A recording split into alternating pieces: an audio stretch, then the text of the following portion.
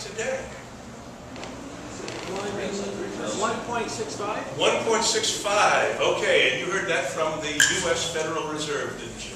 That's the CPI, right? I looked it up because it's in my data sheets. Excellent, excellent. How many people here know about the CPI, the Consumer Price Index? Okay. I'll get to the CPI in a minute. I want to show now why the Federal Reserve has made a quick change. This is, people here are familiar with M1, you know, we measure money supply, how much money's floating around. Well, this is the Federal Reserve, again, and they changed the name. It's now the Adjusted Monetary Base. It's still just money. And this you'll like to see. Money should grow slowly as people grow, as the population grows. And then, holy cow, what happened? This was, you know, 2008, 2009. Does anybody know those magic initials? Quantitative easing. So our money supply has tripled since 2009.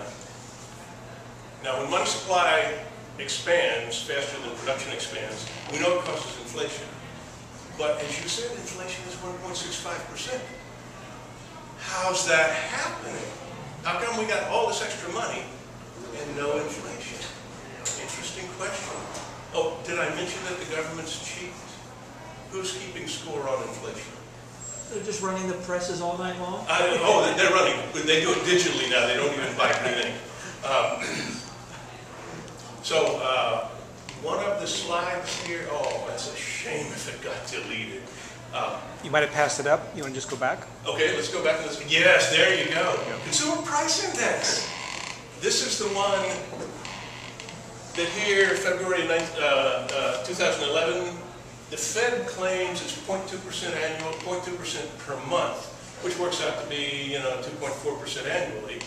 So the Fed says 2.4% inflation. Now, remember the Fed's the scorekeeper, and does the Fed want to see low inflation or high inflation? Any guesses? Higher. No, they want yeah, exactly. So, oh, I meant the politicians. I'm sorry. Well, them too. So, the Fed wants to see low inflation, and who's the scorekeeper? Well, that would be the Fed. So, a couple of years ago, they made a change to the CPI. They didn't like the CPI. You know what they changed? It's stunning. What a brilliant idea. They said the CPI is too volatile. We're going to take some components out of the CPI. So they took out food and fuel. Now, I went home and said to my wife when I heard this, I said, honey, I got a great idea. We're taking food and fuel out of the family budget. You know, she didn't go for it. And the right word for this is not fuel, it's energy. She didn't want to walk to them. She didn't yeah, want to walk here, huh? No, she didn't. I didn't want to walk here, right? So, a couple of years ago, the Fed took food and energy out of the CPI. Now, I mean, they can do that with a couple of clicks, but I think it makes it a whole lot less meaningful. So, if you go to shadowstats.com on the web, you'll find a place which tracks the CPI with food and fuel in it. And lo and behold, here is the green bar. And what does the green bar say inflation's running at? Yes, Bill? Shadow, what was that? Shadowstats.com. Shadow, S-H-A-D-O-W, stats, S-T-A-T-S.com. Yeah, great website. So, if you, unfortunately, have to consume food and fuel, you know, first of all, I'd say call the Fed because you're clearly doing something wrong.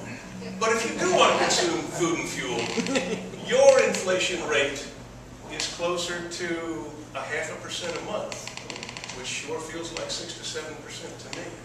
So, government stats, don't worry, that 2% inflation is going to do fine, and your 3% T-bill will take care of you. Real world food and fuel, we're looking at about 7% inflation now. So that T-bill is looking a lot less glamorous, right? Okay, the other factor that we mentioned was transactions and volatility.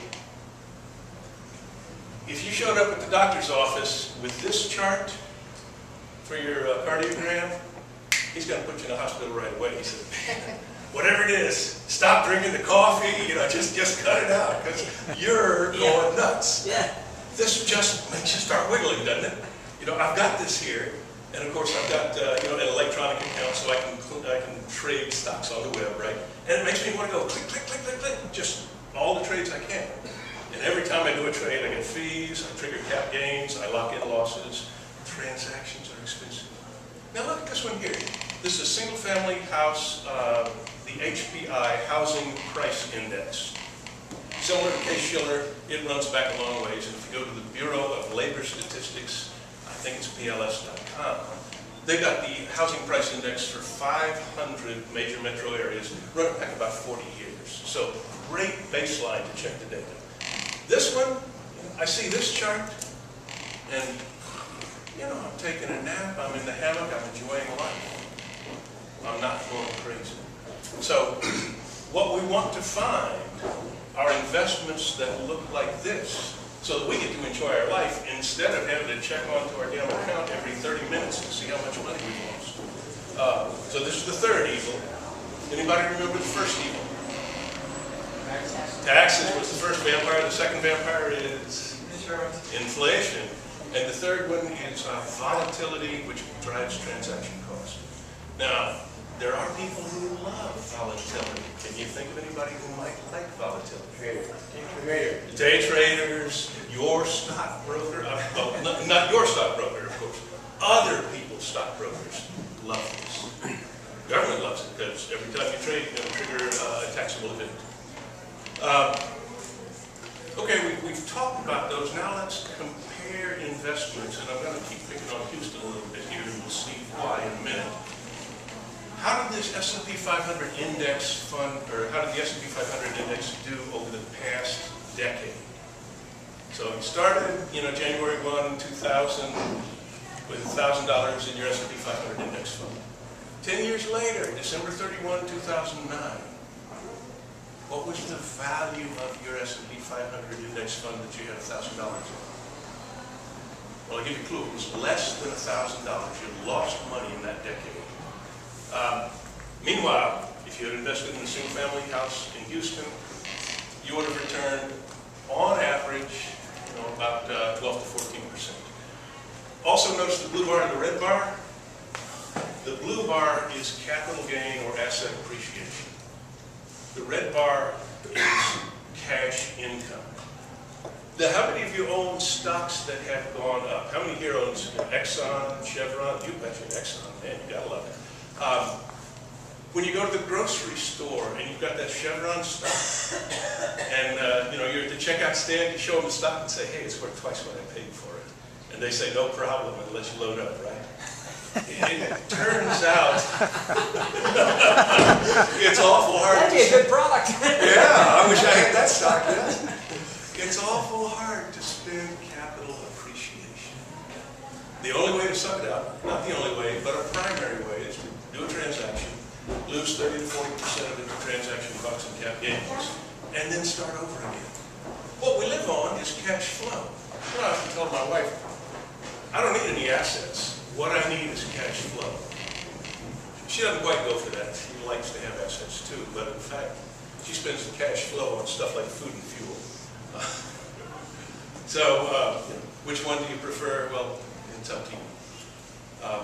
So, now that we know about these vampires, and you're going to design an asset that will do well for you in the next 10 years, what would you like that asset to have? What attributes?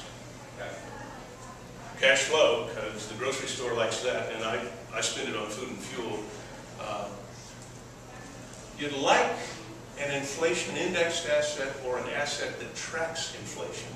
So fixed income is going to look real bad 10 years from now. So the income needs to track inflation, the asset value needs to track inflation. So we need to take whatever investment we're going to do, lay the CPI on it, and see how it does with the CPI. Everybody here knows OPM, right? Other people's money. Love to use leverage, and so it just depends on an asset. Can you use leverage? Other benefits, fairly obvious, and no surprise to this group. What assets look like this? Any clues? Yeah, that would be certain real estate, certain types of real estate. Okay, so we've covered T-bills, right? We now know the investment vampire we know that, yeah, that's very low. I'm not going to lose my principal. But now we understand why long-term, a fixed 3% asset is a very risky investment. So T-bills are great to keep your cash in, not a good investment. Let's look at the second one, the rent house in Houston. And the return we are claiming for that is that outrageous 25% annually cash flow. And we're claiming it's low on both counts. Well, so how many people here believe that? I got a couple that believe it. Yeah, and let me guess, you own property in Houston or in Texas, don't you? There you go. Let's drill into that and see what's composed of. So the first thing we're going to do, I keep talking about Houston, but you know, there's Memphis, there's Dallas, there's Cleveland, Detroit. You can buy a house in Detroit for $25,000. Man, oh man. Miami. You know, I would consider without cost. well, yeah, collecting the rent's a problem because the drug dealer who lives there doesn't pay rent. Yeah, white collar, yeah. In any case, so if you can invest anywhere in the United States, where would you pick? Next door, maybe.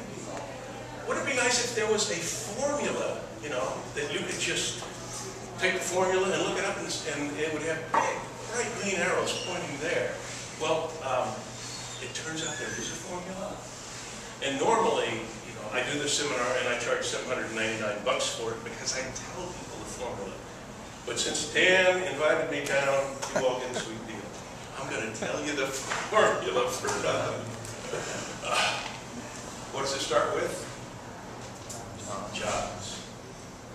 Now wait a minute, we're talking about real estate. Why do I care about jobs? What's the connection between jobs and real estate? Any guesses? Yeah, if you don't have a job, you're probably going to be one of those ones Bill Gatton talked about where they're not paying any rent. So real quickly, people go wherever there's jobs. So if we got no jobs in California and a lot of jobs in Houston, guess what? People are loading up their U-Hauls and going for their jobs. And people are funny, along with the food and fuel. They like to sleep somewhere, and if they can pay the rent, those are going to be profitable properties if you can buy them at the right price. So Houston, we'll just go through real quickly here. Lots of jobs. The result is low unemployment, population growth, etc. More examples. Do jobs go to Houston and Texas? Yes. Texas has gained Fortune 500 headquarters. Houston, Dallas are the number 2 and 3 cities for Fortune 5 headquarters. Now, as much as I love San Francisco, you'll notice San Francisco and LA are not on the list in that top 5. California's an expensive place, and it shows up. People. Do jobs attract people? Here's the top 10 population growth of the past decade. We had Dallas, Houston, San Antonio, and what's really surprising is they did that growth, and they were already the largest population. So when you're small, you know, Raleigh, North Carolina, you can pile up a lot of growth. When you're large, like Dallas and Houston, and you still show up in the top 10 growth, you're doing something that makes people want to come. We've created a number of indexes. We have the RBS Investor Index, which is the demand side, jobs, labor, and demand. We've taken about 17 data points that we track, condensed them into, lo and behold, an index, which is our version of these big bright green arrows. So here's the demand side index. This is the only demand side. It doesn't measure supply side yet. Houston, Colorado Springs, Dallas. OKC is doing a little bit better. Frankly, I think we're going to see pretty good there. Unfortunately, Detroit, San Jose, San Francisco, all the sandy areas are not looking that good. What are the numbers? We set this is the index number. So we've combined population growth, job growth, unemployment into an index. No, the one's to the right. Oh, this is the city index. So on our scale of -60 plus 40, Detroit had a -54. So this is an index. I love to drag you through all of it. As you can tell, I'm kind of a data geek.